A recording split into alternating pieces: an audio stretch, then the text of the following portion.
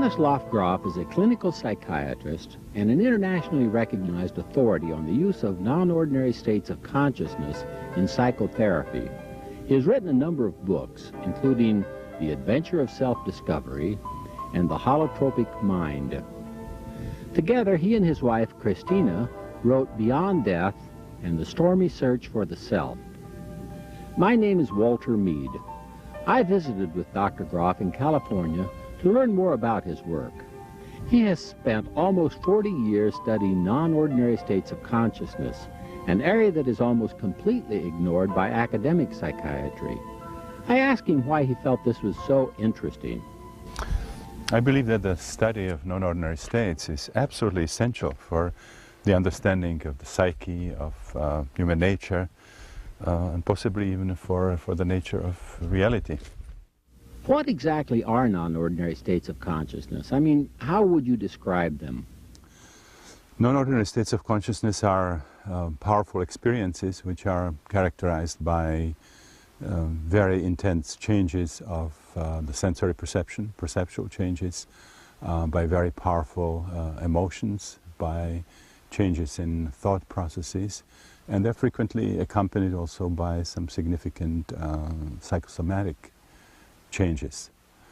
And as far as the content of these experiences is concerned, it frequently is very spiritual, can be mystically oriented. People would have experiences involving sequences of death and rebirth, spiritual rebirth, experiences of cosmic oneness, past life experiences, experiences with mythological beings, with deities, with demons, many of the kinds of experiences that we read about in the spiritual scriptures and the mystical literature of the world.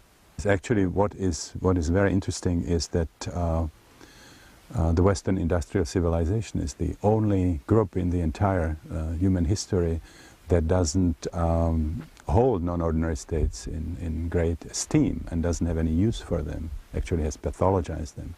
Every other culture has spent a lot of time and a lot of energy trying to develop ways of inducing non-ordinary states. And they cover a very, very wide range.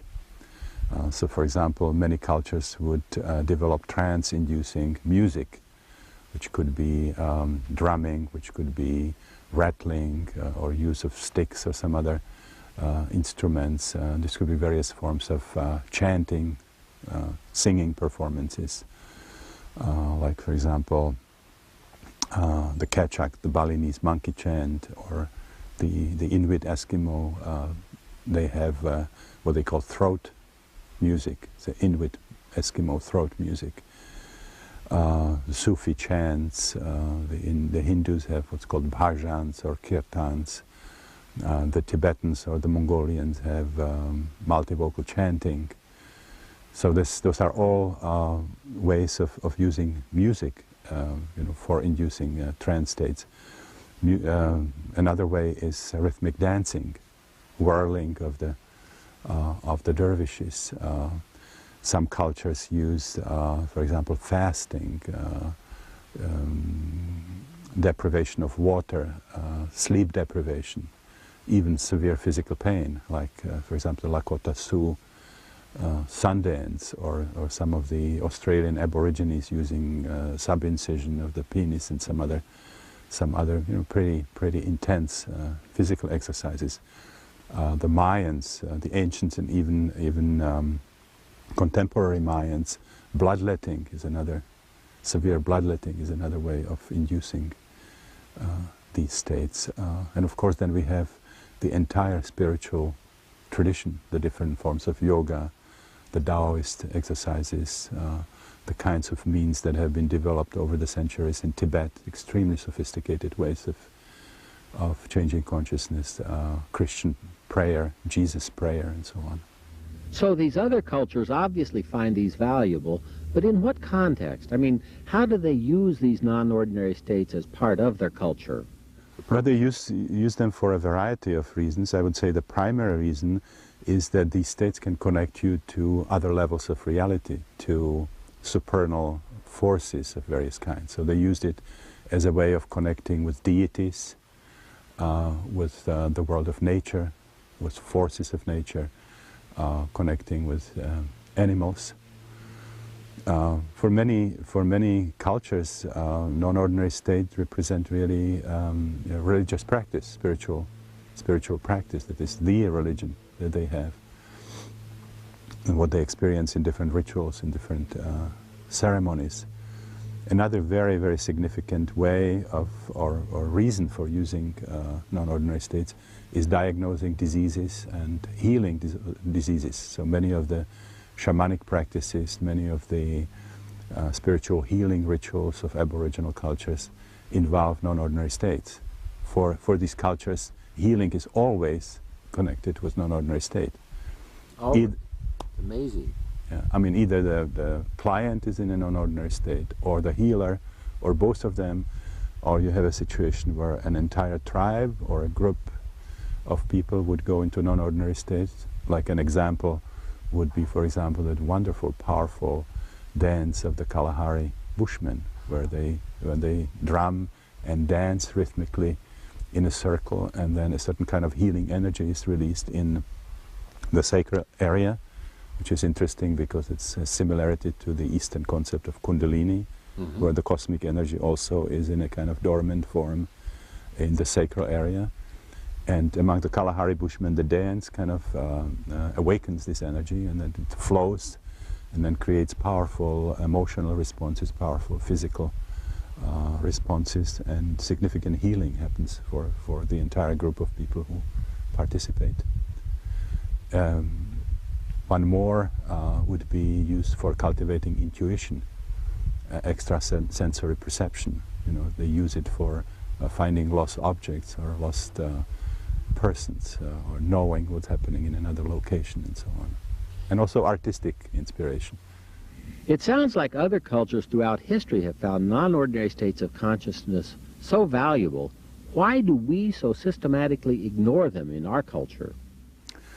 Well, I think something very significant happened historically when the Industrial Revolution and the Scientific Revolution came about 300 years ago.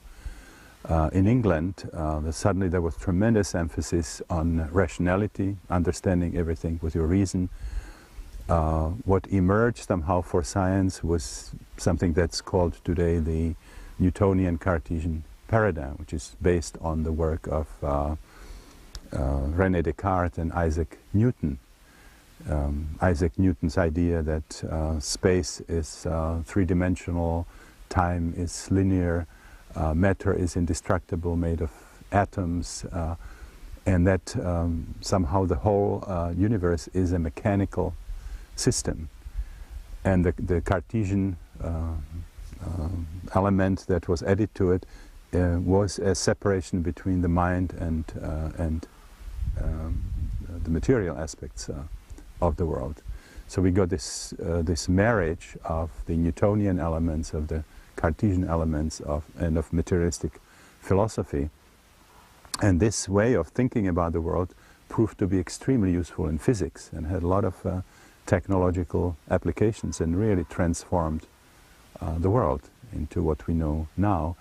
And this way of thinking in physics gained such prestige that it then was applied to all the other disciplines. The tendency was to understand everything rationally in materialistic terms. And these other experiences then, you know, that would take you into transrational domains, into the mystical, spiritual domains, were suddenly seen as kind of embarrassing leftovers of the Dark Ages that we have to get away from. And the experiences were relegated into the realm of psychopathology, something that ultimately will be understood in terms of brain pathology. And so if we look at it more specifically now, for example, when they came back with psychedelics, the culture was completely unprepared for the advent of these substances, and also the profession was unprepared. For example, psychotherapy was really disciplined talking at a table face to face, or lying on the couch and free associating. And if people started emoting too much, if they started moving too much, that was called acting out, something that doesn't belong to psychotherapy. And of course what was happening in psychedelic sessions was very shamanic, was very dramatic. And so it somehow seemed to people and to professionals in particular to be reminiscent more of what we see in psychopathology or what we see in these primitive cultures. This is what savages do, something that we have outgrown as civilized people. And the other serious reason why it was so difficult to accept the non-ordinary states, experience in psychedelics and then later in many other non-drug ways, was that many of those experiences in principle shouldn't have happened. If the universe is the way it's described by Western science, these experiences should not be possible in principle. So if we structure our entire reality around the Newtonian Cartesian paradigm and something comes along that just doesn't fit, we don't know what to do with it. So we have to ignore it or say that it doesn't exist because it would be irrational or unscientific to acknowledge the existence of something that doesn't quite fit the model. Yes, and this has then tremendous implications for psychiatry because we have currently this very narrow model which is limited to the body and then brain in particular for psychiatry, and then in terms of what we could call software in computer language, which is the program, then we limit that to postnatal history, what happened to us after we were born, in infancy, in childhood, and then the Freudian individual unconscious, which also is a derivative of the individual history. So we don't include, for example, birth, we don't include the prenatal life, and we certainly don't include what we call now transpersonal domain, something going beyond the personal, which is the spiritual, the mystical, or the archetypal domain, as Carl Gustav Jung would call it, the mythological domain. So the psychiatrists today are sort of stuck in a model that won't explain a lot of what they observe. But if they acknowledge that these other realms of consciousness exist, they seem unscientific or irrational. One of the criticisms of modern psychiatry is that there are so many different interpretations of the same data. I mean, you go to 10 therapists and you get 10 different interpretations of what's wrong with you and how to heal you. Very much. To me, this is a very distressing situation in the psychiatric profession, that we have, for example, so many schools of deep or depth psychology. The Freudian, the Adlerian, the Reichian, the Jungian, the followers of Karen Horney, the Sullivanian, Lacanian, I mean, you name it. And as you were saying, if we have a problem, we can flip a coin and choose a school, and with every school comes a different picture as to how the psyche functions, why the symptoms are there, and with each school comes a very different technique that you supposedly do as a scientific way of getting rid of that particular problem. And the strange thing that it even doesn't bother us. We don't think it's very peculiar. Can you imagine chemistry? Chemists having 50 schools and arguing about what happens when you put two substances in a test tube. We wouldn't have much appreciation for chemistry as science if this were the case. This could explain some of the distrust of psychiatry that we see in contemporary culture. Your view is that if psychiatrists systematically ignore perinatal or transpersonal experiences, that they are working with insufficient data to ever come up with a model that will work. Yes, I believe that Western psychiatry and psychology, they have a very inadequate, very superficial model of the psyche, and that the main reason is that we have systematically ignored the evidence that comes from the study of non-ordinary states. Whether we talk about these states in the context of comparative religion, for example, in the context of anthropology, what happens in healing rituals or shamanic rituals, whether we talk about it in the context of the great spiritual traditions, yoga, Taoism, Christian mysticism, Tibetan Buddhism, or even in terms of some modern discoveries. We have tremendous amount of data generated from thanatology, the experiences of people who come close to death. We have tremendous amount of data coming from psychedelic research, from what's called sensory deprivation, where people were in situations where they don't get any sensory input, for example, in a tank, submerged in a tank in darkness, where there is the same temperature as the body, no sounds, and so on. We have tremendous amount of data about these states, and also the observations from experiential psychotherapy, and yet they have not been taken into consideration. They have not been assimilated in mainstream thinking. It's as if this whole area simply doesn't exist. The profession, the academic circles, they keep perpetuating this 17th century Cartesian Newtonian thinking. Now I have to ask you the key question. If we devised a model of the psyche that would take into consideration mystical experiences, information from trance states or transpersonal realms, and that would respect and honor all human experiences, and would respect the ancient traditions, what would a model like that look like? That would be very different psychiatry and psychology, and I can think about, at least certainly 4 or 5 domains in which we would have to radically change our thinking. First of them would be the model of the psyche. We would not be able to have a model that's limited to the brain and the postnatal history and the individual unconscious. We will have to create much more extensive model, much different understanding of the dimensions of human consciousness. The second area would be, we would get a totally different understanding of emotional and psychosomatic disorders, those which are psychologically caused, not those that are organically caused. We're not talking about tumors or infections or degenerative processes in the brain, but those that are, as we call, psychogenic or psychogenetic. And the third area where we would have to significantly change our thinking would be the nature of the healing process and the strategy of self-exploration, the strategy of therapy. Another area, we would have to totally change our attitude to spirituality, which, at present, psychiatry would consider to be related to superstition, to lack of scientific education, to magical, primitive thinking, or if people have spiritual experiences, they would get labels like psychosis, schizophrenia, and so on. So we would have to accept spirituality as a very natural component in the human psyche and in the universal scheme of things. And the last revision would be very, very fundamental. This would not be just a revision of the thinking in psychology and psychiatry, but we would have to change the entire philosophy of Western science, particularly in relation to the role of consciousness, the nature of consciousness, the relationship between matter and consciousness, and then more specifically the relationship between consciousness and the brain.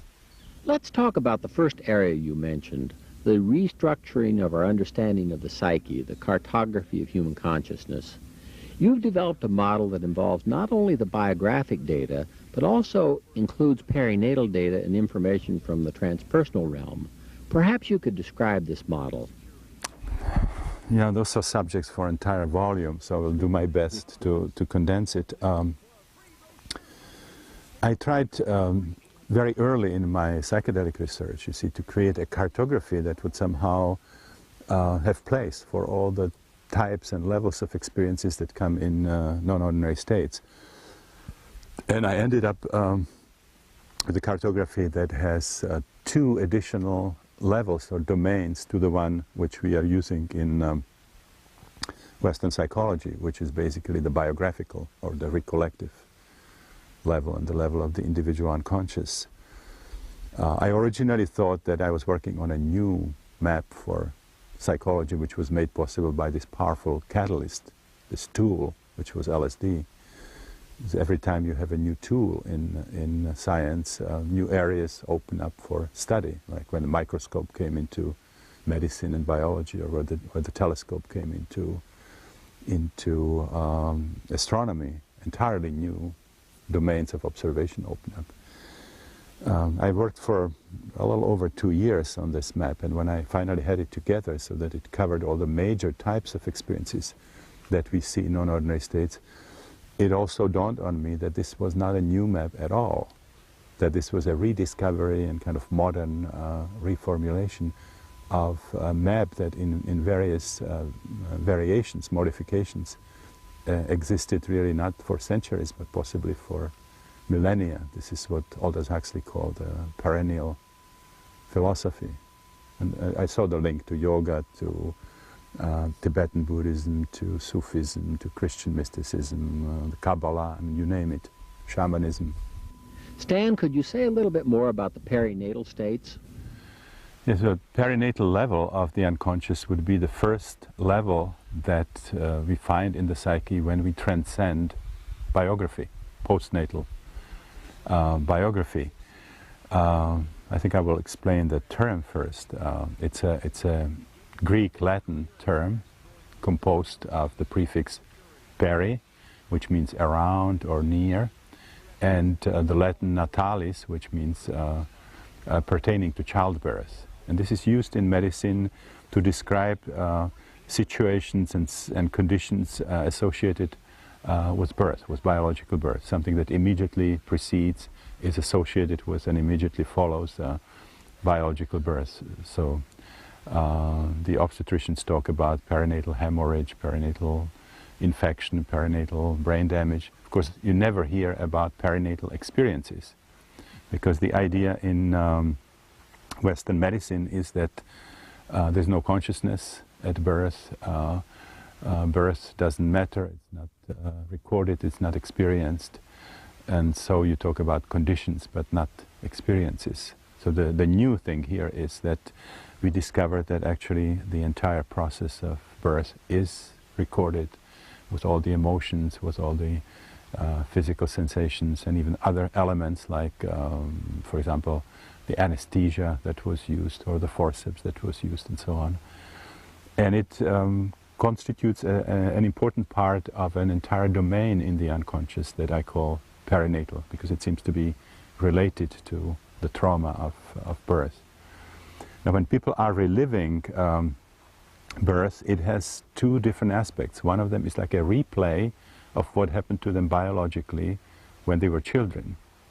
But the other fascinating aspect of it is that there's also a very rich symbolic imagery that comes with it, which cannot be derived from birth, but it's coming from what Jung would call the collective unconscious. For example, certain historical images or certain mythological images. So, for example, somebody reliving the situation when, where as fetus they were trapped in the womb, where the uterus was contracting, but the cervix was not open. It's a kind of no-exit situation. Would experience themselves not only as a fetus, but simultaneously or in a kind of alternating fashion also identify, let's say, with prisoners throughout history, or people who were tortured by the Inquisition, or inmates in the concentration camp, people in dungeons and so on, or even trapped animals. Or it will open up into the mythological aspect of the collective unconscious, and they would identify with some figures representing eternal torture. You know, the Greeks have those kinds of figures, Sisyphus, Tantalos, Prometheus, you know, powerful images of suffering that will never end. Or they would even identify with sinners in hell. They would have images actually portraying hells as they are described in different cultures, Oriental or Islamic or Christian. So it's very, very interesting that in the context of reliving of biological birth, there's an opening into the collective unconscious. When, let's say, the process moves and they would be reliving the stage where the child was fighting to get through the birth canal, when the cervix was already dilated, was open, there would be other kinds of images. For example, suddenly there would be images of revolutions, French Revolution, the Bolshevik Revolution, enough of oppression. We are going to overthrow the tyrant. We are going to free ourselves. We are going to all breathe freely. Those are the slogans in all major revolutions. And again, in terms of the mythological unconscious, or archetypal, as Jung calls it, suddenly there would be mythological images of deities representing death, rebirth. Because our own, model in this culture, the Judeo-Christian culture, would be Christ suffering, death on the cross, and then resurrection. But some other people would go into other cultures, whether they know them intellectually or not, whether they're familiar with those mythologies. So, for example, Osiris would be the Egyptian counterpart, or it could be Attis, Adonis, it could be Dionysus, and so on. This comes from different cultures, again from the archetypal aspect, the mythological aspect of the collective unconscious. So this is a very, very important domain in the psyche, and a full conscious experience of that level leads to mystical spiritual opening. You use the term re-experiencing or reliving experiences as opposed to simply remembering experiences. Is that an important distinction? Well, this is very, very characteristic and very important for the work with non-ordinary states, where in verbal psychotherapy you typically recall, remember, or not even that, you might just reconstruct indirectly. You work with your dreams, and then you infer that something happened, or you analyze neurotic symptoms. So it's, in verbal therapy it's remembering and reconstructing, whereas in non-ordinary states you can actually relive, which means for all practical purposes you'll be back there. You'll feel like a little child trapped in the birth canal, and that reality will be more important to you than the fact that you're lying on the mattress as an adult and doing some breathing or listening to music or taking a substance. And in the process of re-experiencing, people can actually connect with other cultures with which they weren't even familiar intellectually or cognitively before they went into these states. Yes, you see, in the perinatal sessions you get the mixture of the biological but also the elements from the collective unconscious that can be coming from history, where you suddenly are in another culture, in another century, or the experience takes you into the mythological aspect of the collective unconscious, and you will be connecting with mythological realms, with mythological personages. And what the absolutely fascinating aspect to this is that people can actually get new information about areas that they've never studied. Can you give me an example?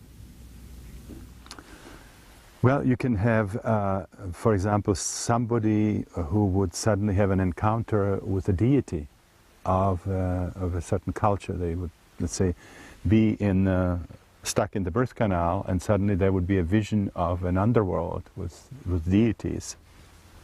And they would be able to perceive the deities, they'll be able to talk about them, they'll be able to draw their images afterwards.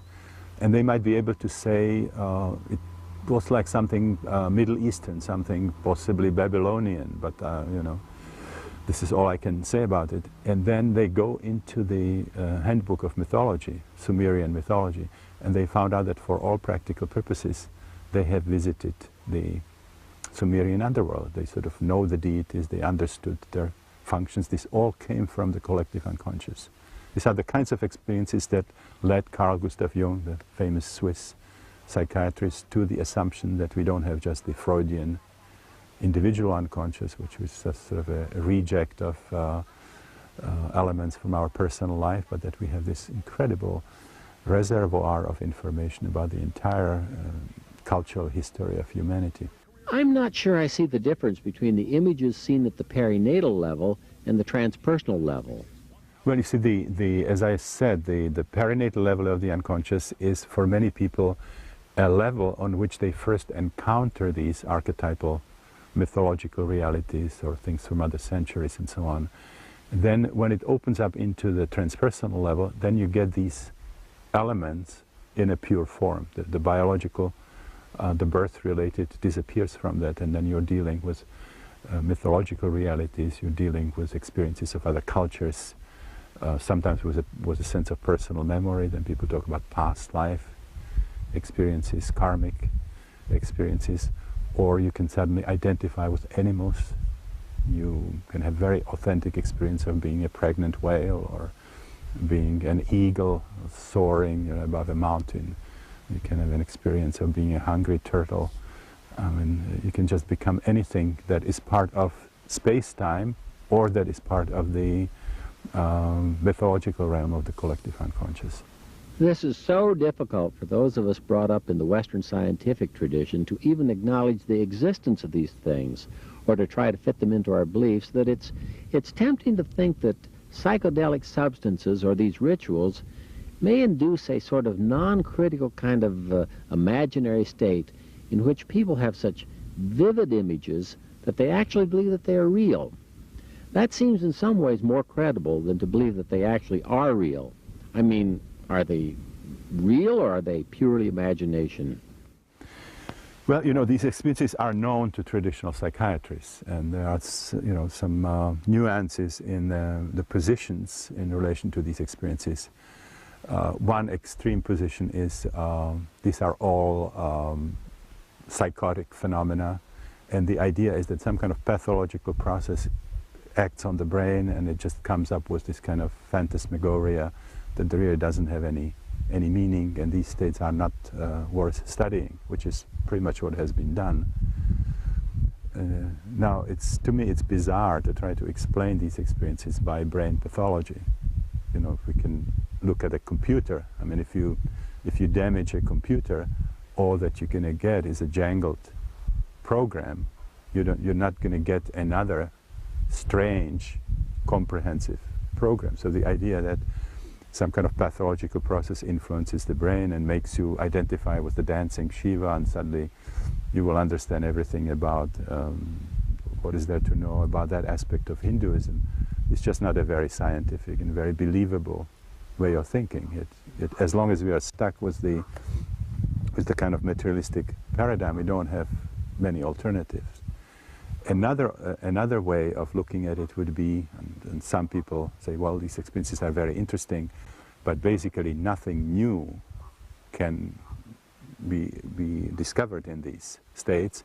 In other words, if there is some information, it must have come into the brain in this lifetime through the ordinary channels. People like Carl Sagan, when they respond to this material, or even Margaret Mead, with whom I discussed it, they say, well, in our culture, children watch, 6 to 8 hours of television a day. They are exposed to a lot of stuff at school. They go to movies. They read books and so on.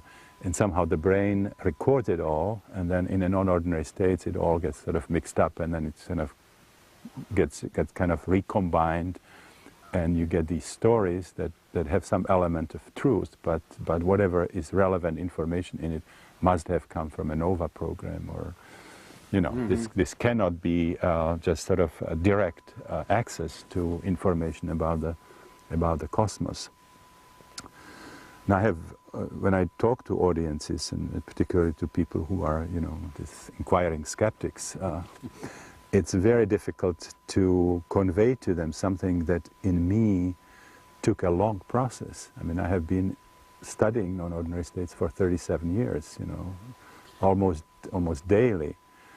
And so when I say something like this, I can back it in my own memory by hundreds of stunning observations where it was very, very unlikely that people could get access to this information. And then I'm in a position where I have to condense it in a couple of sentences and sort of shoot it at somebody. And of course it's implausible. I mean, it took me, years, even having the experiences and seeing them daily in other people, the straitjacket of the Cartesian Newtonian thinking that I was brought up with, in medical studies and so on, was so strong that I would first question my sanity and my own observations before I would question that system. So you can see why these ideas are difficult to accept.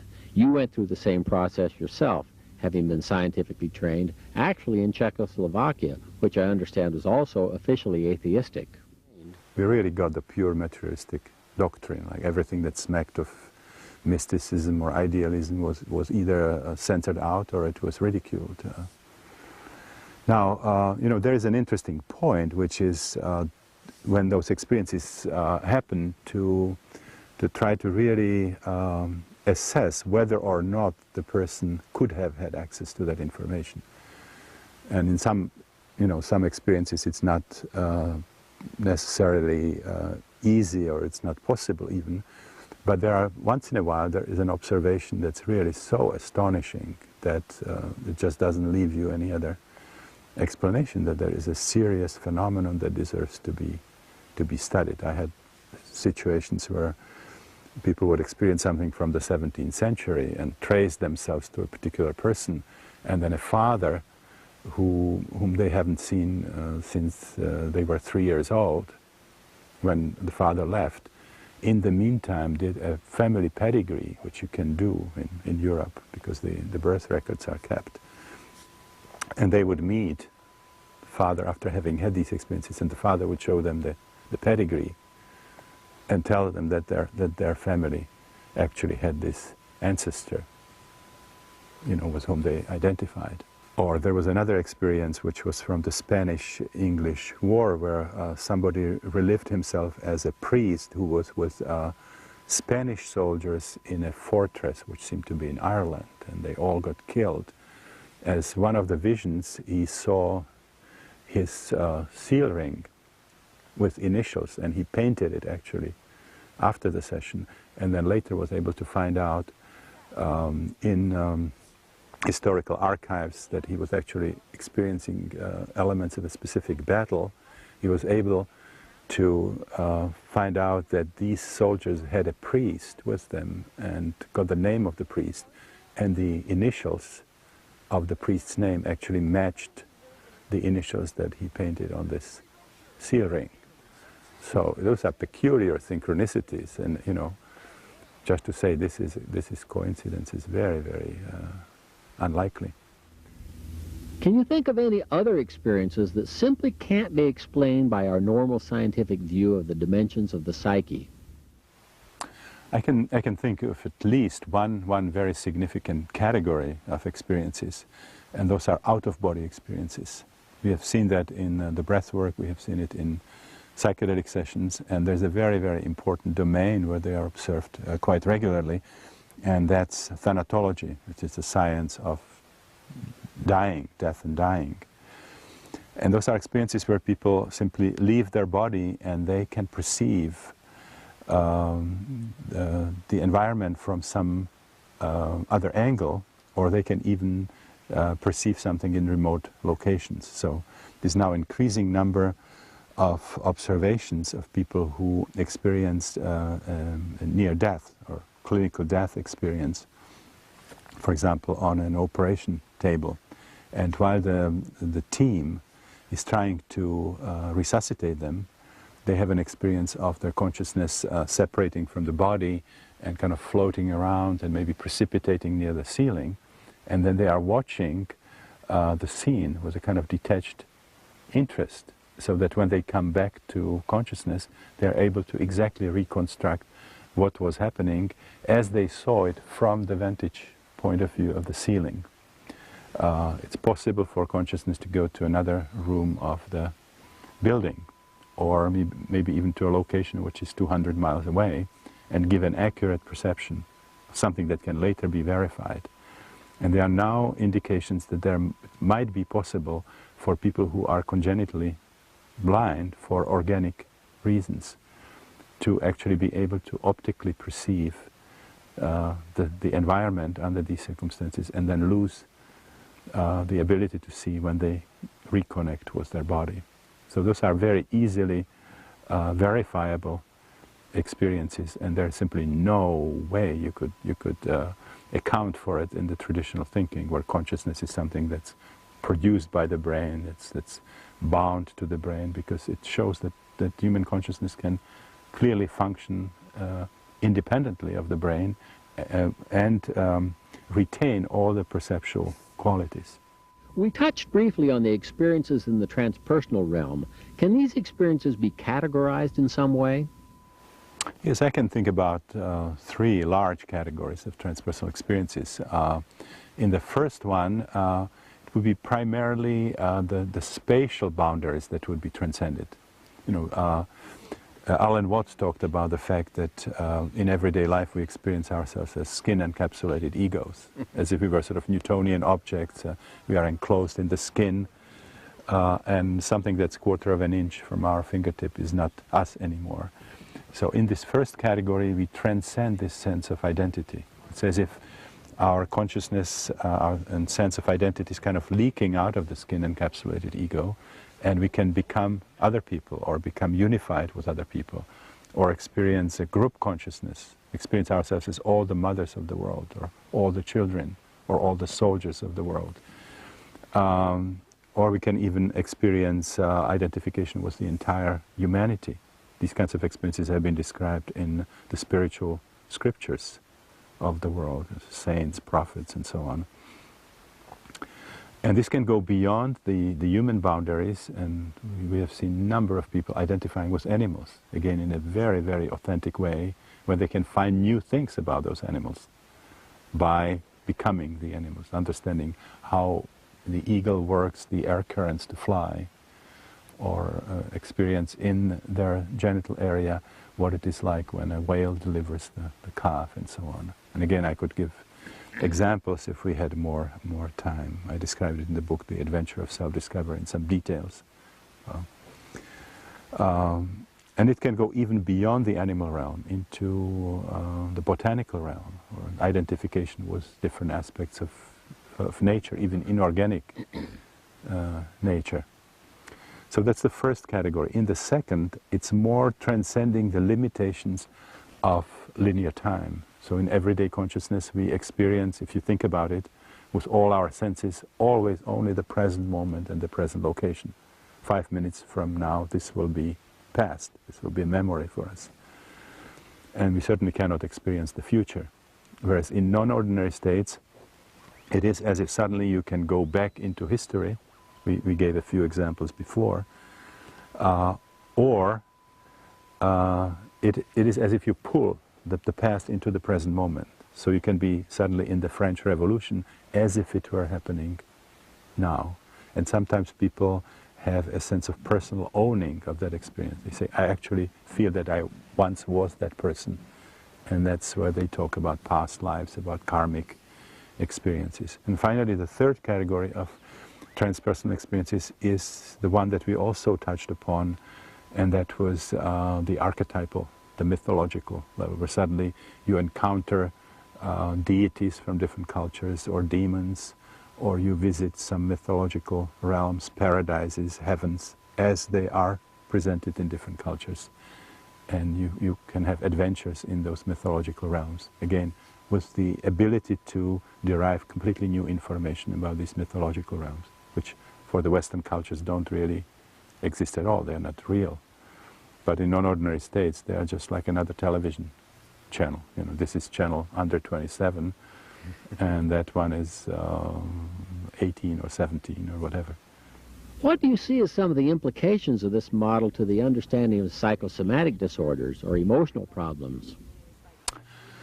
Yes, in traditional psychiatry, again, the idea is that if a problem does not have an organic base, it's not due to a tumor or infection or something in that category, that the whole story is in infancy, childhood, and later life. In other words, it's biographically determined.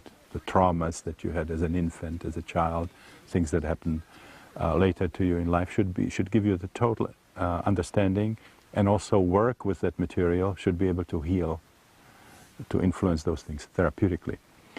Now, if you work with non-ordinary states, you find out it's not the whole story.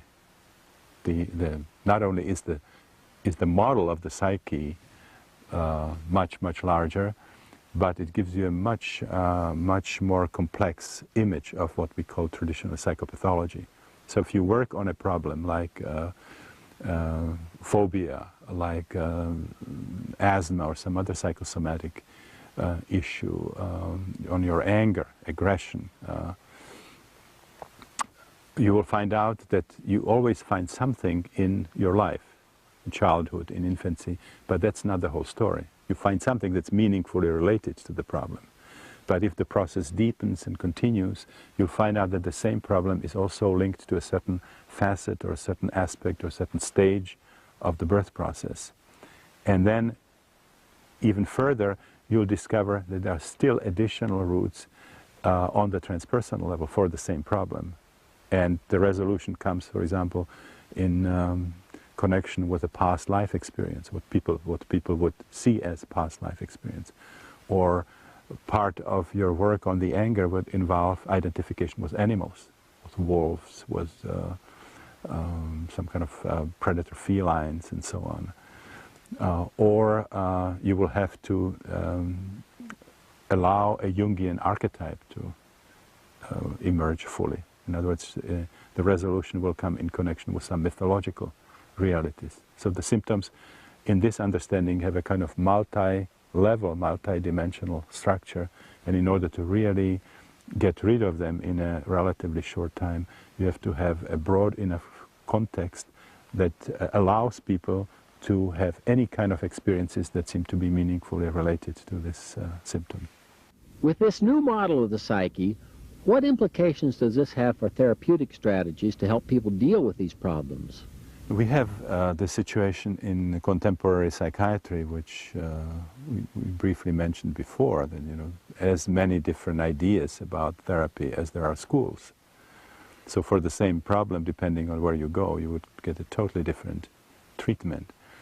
The work with non-ordinary states kind of gives us some interesting insights what a significant alternative might be, and it supports something that was already said before by Carl Gustav Jung. Basically, that it's not possible to fix somebody's psyche by using your intellect, because the intellect is just a small fraction of the psyche. The psyche in this understanding, or the Jungian understanding, is cosmic. It's anima mundi, as you know, the mind of the universe, as Jung calls it. And so it's impossible to use a fragment of the psyche and think that you're going to understand the totality of the psyche, or that you're going to be able to manipulate the psyche in any way you would like to. Now, the significant alternative that appears in non-ordinary states is that the non-ordinary state seems to function like a radar. It sort of scans your psyche and your body and finds the areas where there are problems, which means where there is a lot of trapped energy, emotional or physical energy, will sort of bring these elements in the unconscious into consciousness for working through, for resolution, for integration. So that these non-ordinary states automatically activates something like inner healing intelligence, an inner healer, if you want to personify it. And as the experiences are unfolding, it is the healing process itself. The symptoms will actually get transformed into various experiences, some of them biographical, some of them perinatal, some of them transpersonal. But the process itself decides where to go first, what follows. In other words, the healing is unfolding quite spontaneously, and the task of the healer, of the therapist, is then to develop trust to the process and support unconditionally what is happening, whether we understand it or not. This must be a very difficult leap for some therapists who come to the therapeutic situation with some model in their mind of what the problem is and how to convince the client that he has this problem. It must be very difficult to trust the process so implicitly that the inner healer will somehow emerge and resolve the situation. Yes, you know, we have a training in the holotropic breath work. We get a lot of psychiatrists and psychologists and social workers and so on. And for many of them, the problem is unlearning as much as learning new things or even more. I would think it would be particularly hard to see the symptoms as the emerging healing process when the first thing some psychiatrists do is give tranquilizers or drugs to suppress the symptoms, as though the symptoms were the problem. You see, the philosophy in the work with non-ordinary states can be called homeopathic. In the system called homeopathy, the idea is that the symptoms are manifestations of the healing process. They are not the problem, or they're the problem as well as a manifestation of the healing process. So in the homeopathic strategy, you want to activate the symptoms, amplify the symptoms. And this is what happens automatically in non-ordinary states. the symptoms before getting resolved, they get actually accentuated. Whereas in psychiatry we confuse the mitigation of symptoms with healing, which is not the case. The implications of what we're saying here challenge our normal view of reality. So how can we redefine our view of reality to be compatible with these insights? You see, I brought the observations from psychedelic research to the United States, and very early after I came to this country, I connected with Abraham Maslow and Tony Sutic, who are the founders of a movement in psychology called humanistic psychology. And then 10 years after the development of humanistic psychology, they felt there was still something missing. Humanistic psychology talked about self-actualization, self-realization, brought experiential techniques into psychotherapy and so on. But they realized that there was still some significant aspect of human nature that was not represented, and that was spirituality. And they started thinking about yet a new movement in psychology that they wanted to call transhumanistic.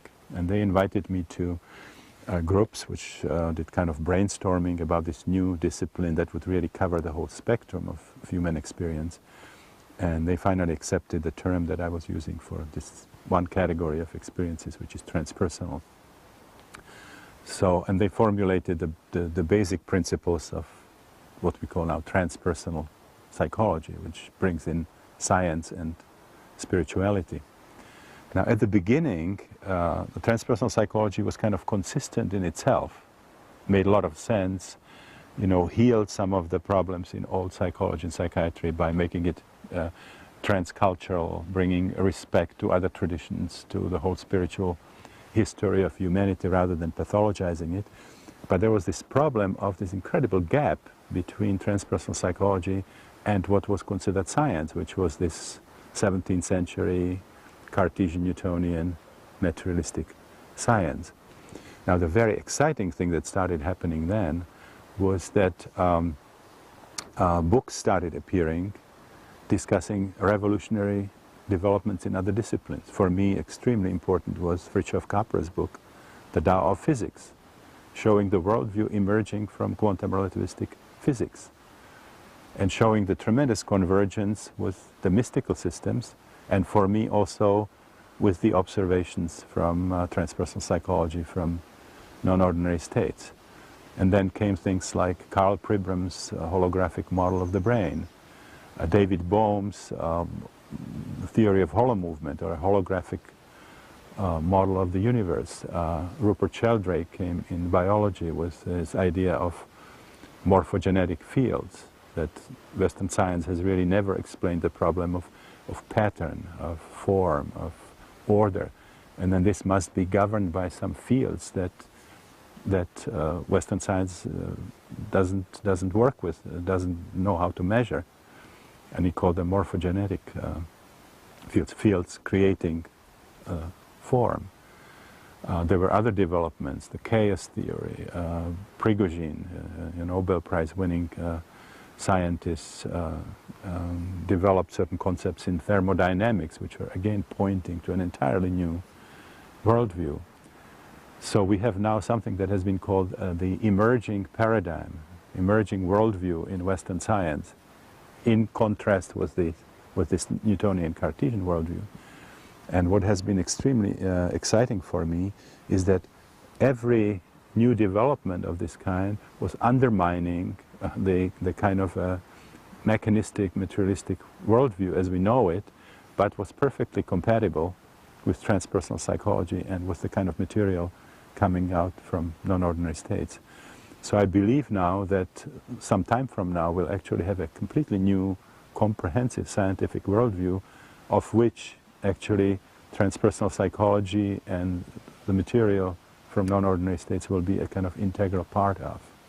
It seems ironic to me that your concepts were initially rejected as unscientific, but now the scientists themselves, particularly the modern physicists, are publishing theories that seem to be completely compatible with your ideas. That's right. It's very much the situation we're seeing. Yeah. Fascinating. So let's talk about how you're doing therapy today. Given all this experience with non-ordinary states of consciousness, going clear back to the late 50s with your research on LSD and up to the present, you've devoted your life to this study. How are you applying it today to your therapeutic work? Well, in the about the last 17 years, since the time when it became more and more difficult to work with psychedelics, my wife Christina and I have developed a method which is non-pharmacological, but uses non-ordinary states. And the way we induce them is extremely simple. It's actually by faster breathing, by powerful evocative music, and then a certain kind of body work that we are using.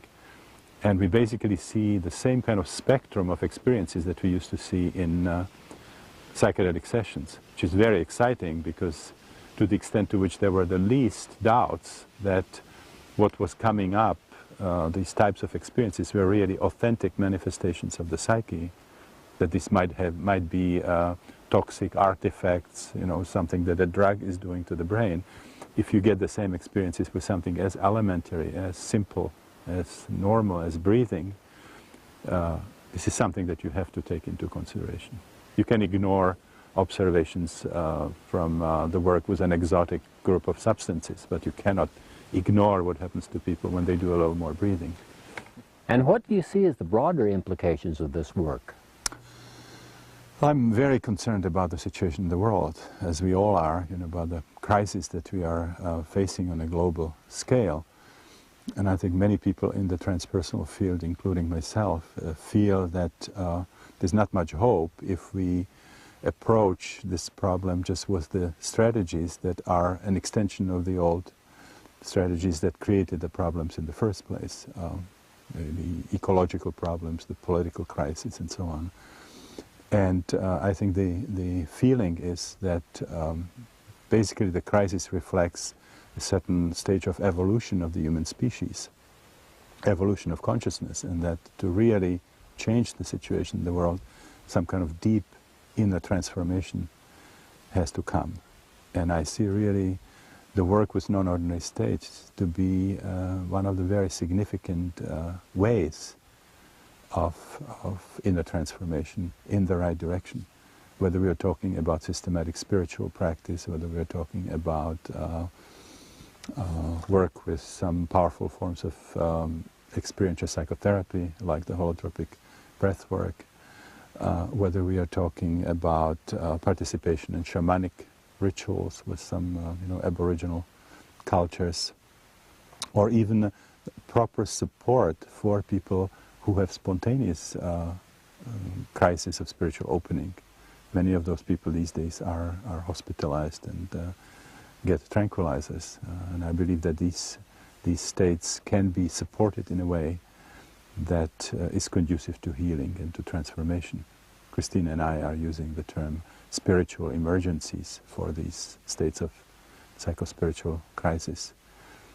So if we look at it from the global point of view, it's very, very exciting for me to see that so many people these days are getting somehow involved in serious self-exploration, including self-exploration that includes non-ordinary states of consciousness. For more information on the use of non-ordinary states of consciousness in psychotherapy, write to Grof Transpersonal Training, 20 Sunnyside Avenue, A314, Mill Valley, California, 94941, or call area code 415-383-8779.